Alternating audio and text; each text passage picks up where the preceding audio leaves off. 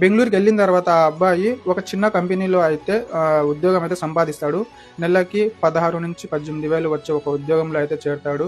ఇంగా అదే సమయంలో ఈ అబ్బాయి గ్రాడ్యుయేషన్ సర్టిఫికేట్లు కాలేజీలో ఉంటాయి. సో, ఇంత చిన్న ఉద్యోగం ఎందుకు, సర్టిఫికేట్లు తెచ్చుకుంటే ఇంకా కొద్దిగా నా చదువుకు సంబంధించిన ఉద్యోగం చేసుకోవచ్చు కదా అనైతే కొన్ని అతని దగ్గర ఉన్న కొంత డబ్బు మరియు కొన్ని అప్పులు చేసి కాలేజీలో డబ్బులు కట్టాల్సి ఉంటుంది. ఆ కాలేజీలో డబ్బులు కట్టేసి సర్టిఫికేట్లు తెచ్చుకుందామని అయితే ఇంటికొస్తాడు.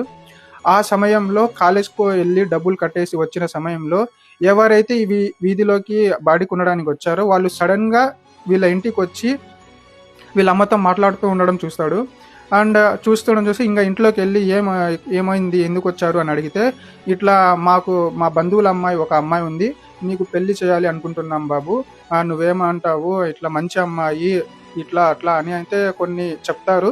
ఈ అబ్బాయి అయితే అసలు పెళ్ళికి సిద్ధంగా ఉండడు. అండ్ ఎందుకంటే వాళ్ళ ఇల్లు సరిగ్గా లేదు. వాళ్ళ ఇంట్లో సిట్యుయేషన్ సరిగ్గా లేదు. వాళ్ళ అమ్మ హెల్త్ బాగలేదు.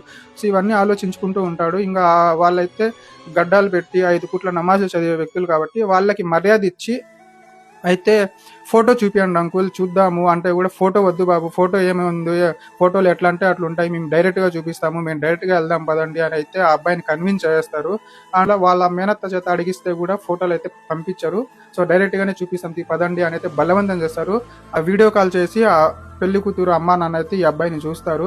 అండ్ వీడియో కాల్ చూడగానే ఇప్పుడే పిలుచుకుని రండి, అమ్మాయి చూపిస్తాము అని అయితే అంటారు. ఆ సమయంలో అయితే లేదు ఇప్పటికిప్పుడైతే కుదరదు, నాకు కొద్ది టైం కావాలంటే లేదు రేపే వెళ్దామా అని అయితే వాళ్ళు అంటారు. ఇంకా సరే అని ఆ అబ్బాయి వాళ్ళ నాన్న దగ్గరికి వెళ్ళి, నాన్న ఇట్లా నాకు సంబంధం వచ్చింది, ఇట్లా చెప్తా ఉన్నారు, నాకేం అర్థం కావట్లేదు, పదండి చూసేసి వద్దాము అంటే వాళ్ళ నాన్నగారు కూడా ఇంకా తండ్రిగా తన బాధ్యత నెరవేర్చాలి కాబట్టి ఇష్టం లేకపోయినా కూడా వస్తారు. వచ్చి అయితే మరుసటి రోజు అయితే వెళ్తారు అక్కడికి.